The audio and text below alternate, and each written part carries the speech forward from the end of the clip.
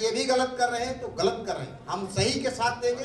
हम चाहे पीएफ का काम हो, चाहे एसआईसी का काम हो, चाहे जीएसटी का काम हो, हम लड़ाई तभी लड़ पाएंगे जब हम एक नंबर पे चलेंगे, अन्यथा हम कमजोर हो जाएंगे। वहाँ हमें सभी का साथ चाहिए, तभी आपका विकास कर पाऊंगा। हम आपके साथ तभी काम कर पाएंगे जब हमारे साथ आप कंधे से कंधा मिला के एक आवाज दूं, आप दौड़ के हमारे साथ आ जाओ। हम क्या मजाल है कि आपको 45 दिन से एक दिन ज्यादा लाइसेंस लग जाए, और आपकी फाइल कंप्लीट होना चाहिए, किसी प्रकार का लोचा ना हो। उसके बाद जो लाइसेंस तो उसको 45 दिन में हम ले लेंगे। जब 45 दिन के पहले आपका लाइसेंस जमा हो जाता है तो 45 दिन बाद हम लाइसेंस ले लेंगे। और आपकी किसी भी प्रकार का समस्या है, हम बैठे हैं, नवेद भाई बैठे हैं, इंदौरिया बैठा है, सभी बैठे हैं आपके साथ, आपके विकास के लिए, आपकी लड़ाई लड़ने की। आप कोई चिंता ना करें, किसी भी प्रकार की ना चिंता करें। इसीलिए हमारे पीएफ मध्य प्रदेश छत्तीसगढ़ के पीएफ के कमिश्नर साहब आए हैं। हम लोगों की मीटिंग देख रहे हैं, हमें सलाह देंगे, हम इनके मार्गदर्शन में चलें। किसी भी प्रकार की कोई तकलीफ है हम पहुंचेंगे साहब के पास। आप बताओ तो, पर आप सही रहो तो, थोड़ी सी त्रुटि है उसको सुधारो, किसी भी प्रकार का कोई वो नहीं होगा। जय हिंद। आपको समिति के अंदर पथारा बनाना हो, या जीएसटी बनाना हो, चाहे पीएफ लाइसेंस बनाना हो, चाहे ईएसआई का बनाना हो, वो आपको समिति द्वारा बनाएंगे। आप एक समिति बनाइए, आप जब काम आगे बढ़ेगा। धन्यवाद।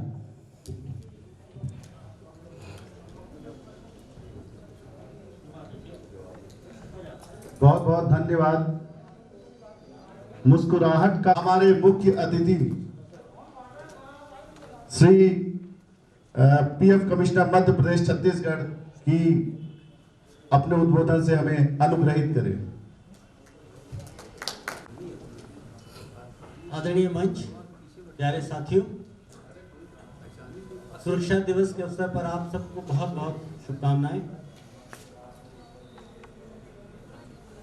आप मध्य प्रदेश के सभी लोग हैं, सारे मध्य प्रदेश सिक्योरिटी एजेंसी चलाते हैं। जी। छत्तीसगढ़ से कोई नहीं, सिर्फ मध्य प्रदेश के लोग हैं। मेरे पास द्विवेदी जी पहुंचे कि साहब एक फंक्शन है, आपको आना है। मैं कहा मैं आऊँगा ज़रूर, लेकिन आप लोग पीएफ में पैसा ऐसा ठीक से जमा तो नहीं कराते हो।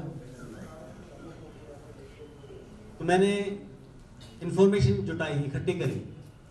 पूरे हिंदुस्तान में जो सिक्योरिटी गार्ड हैं, लगभग 75 लाख लोग रजिस्टर्ड हैं। 75 लाख। मध्य प्रदेश में ये संख्या लगभग 10 लाख है, और प्रोविडेंट फंड में ये संख्या लगभग 80,000 है। ये मैं कल ऑफिस से इंफॉर्मेशन इकट्ठी करी, तो आप देखिए आप कहाँ हैं। मेरा आपसे निवेदन है, अपने आप को ठीक करिए। अभी जो बिजनेस का रवैया है, जो आगे बिजनेस हो रहा है, वो बिजनेस साफ सुथरा हो रहा है, क्योंकि टेक्नोलॉजी के माध्यम से सब चीज़ें, इंफॉर्मेशन, सारी चीज़ें इंटैक्ट हैं, अवेलेबल हैं। अब हम लोगों ने क्या शुरू किया है, पसारा से हम इंफॉर्मेशन इकट्ठी करके कि कौन सी संस्थान में कितने लोगों का लाइसेंस मिला, हमारे पास साक्ष्य है, उपलब्ध है। इनकम टैक्स से इंफॉर्मेशन इकट्ठी करी कि कितने लोगों का बैलेंस शीट बनाते हो, हमारे पास चीज़ें उपलब्ध हैं। लेकिन मैं इस मंच से आप लोगों को डराना नहीं चाहता हूँ। मैं ये चाहता हूँ कि आप अब से शुरुआत कर दीजिए, आज से शुरुआत कर दीजिए। पुराने पीरियड की बात छोड़िए,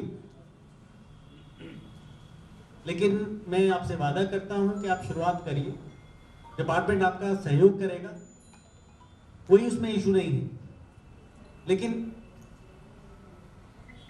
जो शामिल ही नहीं होगा साथ चलने के लिए, उसको तो दिक्कत आएगी।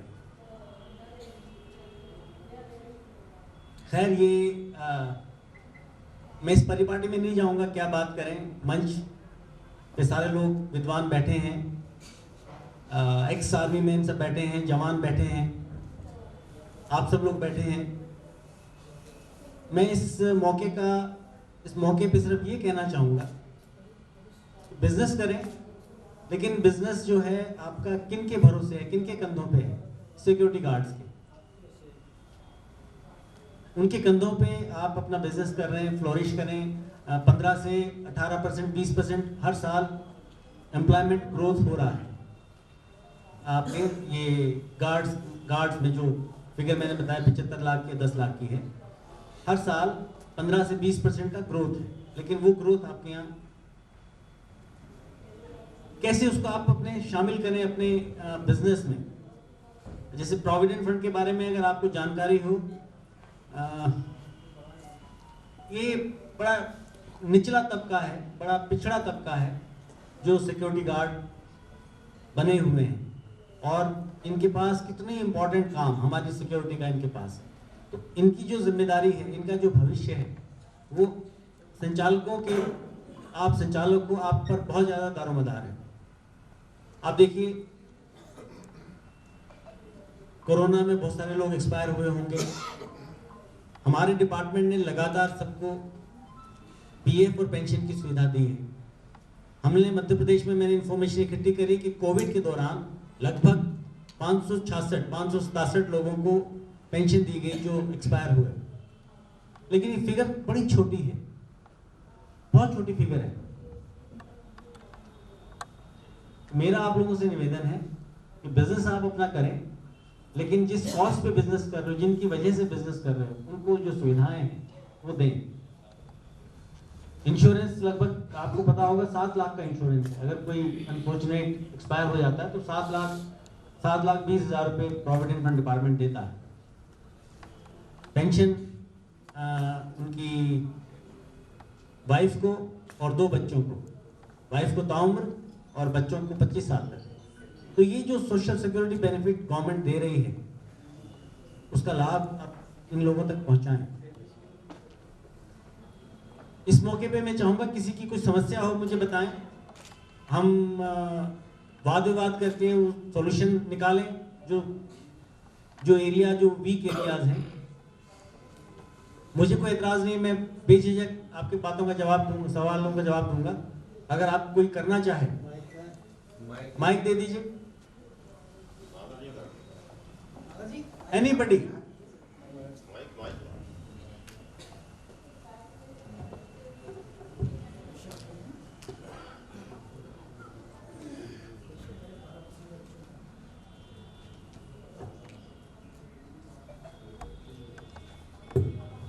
जी सर नमस्कार, मैं ओपी इंदौरिया।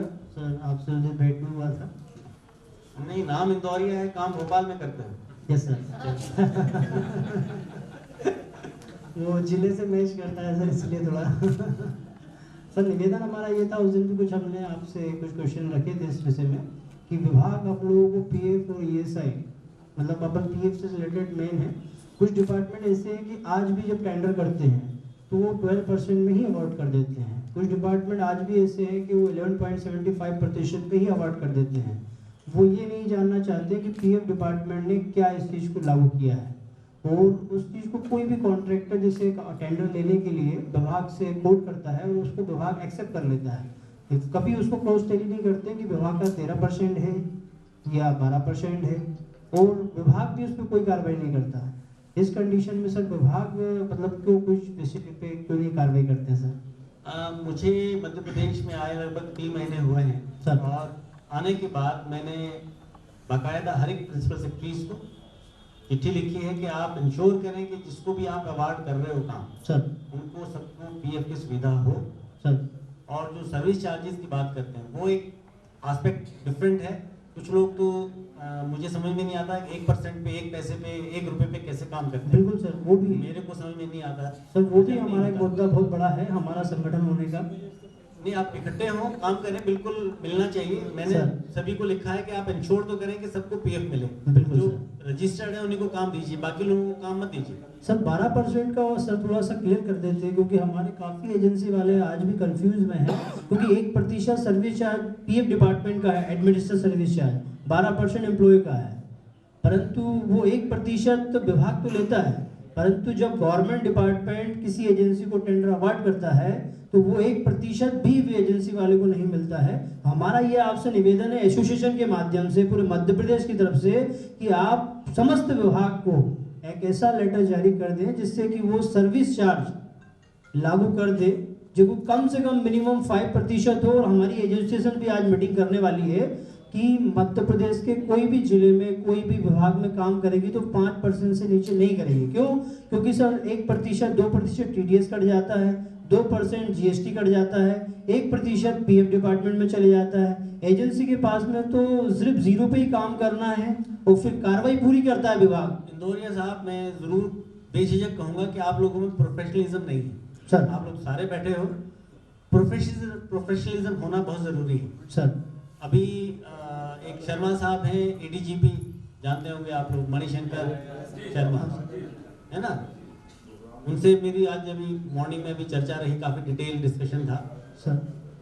जब तक आप लोग प्रोफेशनल नहीं बनेंगे अपने काम में,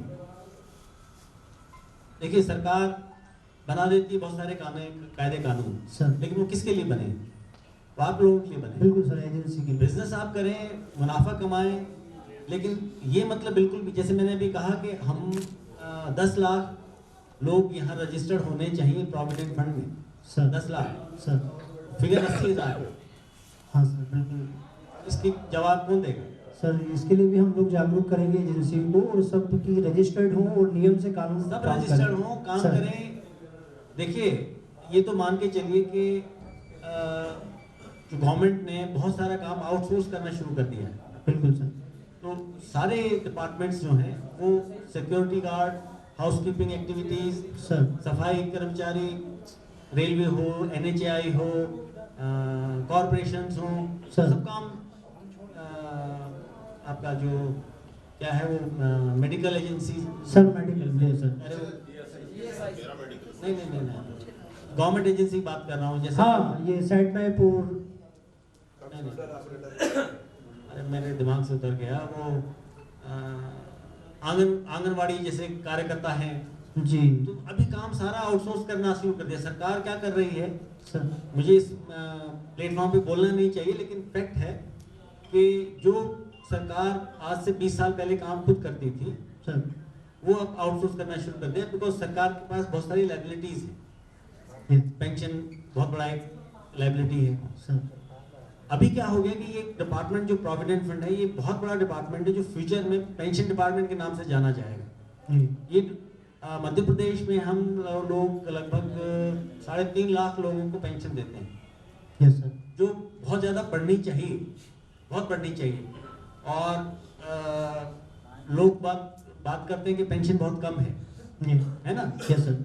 2,000 2,500 हाँ काफी कम अमाउंट कम है बहुत सर। लेकिन उसमें कंट्रीब्यूशन आप लोगों का कितना आता है वो बिल्कुल कम। हाँ वो कंट्रीब्यूशन के है ना? पास। तो कंट्रीब्यूशन बढ़ना चाहिए। पेंशन आगे फ्यूचर में, अब जब तक हम लोग जवान हैं, जब तक हम लोग ठीक ठाक हैं सर, कोई परेशानी की बात नहीं है। यस। लेकिन आपत्ति, परेशानी, दिक्कत की श्रेणी में जब हम आते हैं तब कौन लुक आफ्टर करे, कौन देखे, कौन ध्यान दे? हाँ वो सर इसलिए ये जो डिपार्टमेंट है भविष्य निधि प्रोविडेंट फंड, ये सही मायनों में सोशल सिक्योरिटी का एक अम्ब्रेला है जो आपको भविष्य के लिए सिक्योर करता है। सर। इसमें आप लोग शामिल हुए। सर एक क्वेश्चन और था बताइए। अगर आप अनुमति दें। सर एक्चुअली हम लोगों के साथ एक प्रॉब्लम और भी आती है सिक्योरिटी के साथ, 26 डेज प्लस 30 डेज। मतलब ये बहुत बड़ा मुद्दा है हम लोगों को सिक्योरिटी के लिए, क्योंकि हम लोगों को हर डिपार्टमेंट में, प्राइवेट हो, गवर्नमेंट हो, सेमी गवर्नमेंट हो, कोई सा भी विभाग हो, 30 डेज सर्विस देना है या 31st सर्विस देना है। 24/7। Yes sir. परंतु विभाग 26 डेज का ही पैसा देता है, जो एज पर रूल जो गवर्नमेंट गाइडलाइन के हिसाब से, कलेक्टर गाइडलाइन में भी इसको स्पष्ट नहीं किया है, सिर्फ लेबर डिपार्टमेंट ने दिया है, परंतु वो भी क्लियर नहीं है। ये अभी मैंने चीफ सेक्रेटरी साहब से मुलाकात में जल्दी करूंगा सर। तो ये मुद्दा मैं रखूंगा आपका। Yes sir. ठीक sir. Thank you sir. Thank you. जी बताइए। मैं प्रद्युम्न हरणे सचिव हूँ इस पासोवर संगठन का। इस माध्यम से मैं एक समस्या और आपके सामने रखना चाहूँगा कि जो प्राइवेट और कॉर्पोरेट सेक्टर है, इसमें क्या नियम ऐसे कंपलसरी किए गए हैं कि जिससे वो लोग जो आउटसोर्स कर रहे हैं उनको PF दें। क्योंकि वहाँ पे क्या होता है कि आप जैसे कोई सी भी आउटसोर्सिंग के लिए टेंडर डालते हैं तो वो अपने हिसाब से एक गाइडलाइन रख देते हैं कि हम तो साहब इतना पैसा देंगे।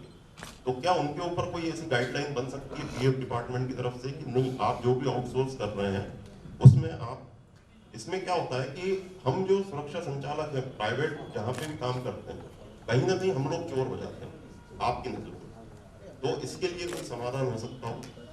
मैंने जैसे कहा अभी कि मैंने सभी डिपार्टमेंट, मैंने चाहे रेलवे, कॉरपोरेशन, सब जगह प्रिंसिपल सेक्रेटरीज को लिखा है कि इंश्योर करें आपके यहाँ जब भी काम किसी को दें और रजिस्ट्रेशन जरूरी है। नहीं सर, मेरा प्राइवेट सेक्टर से रिलेटेड है।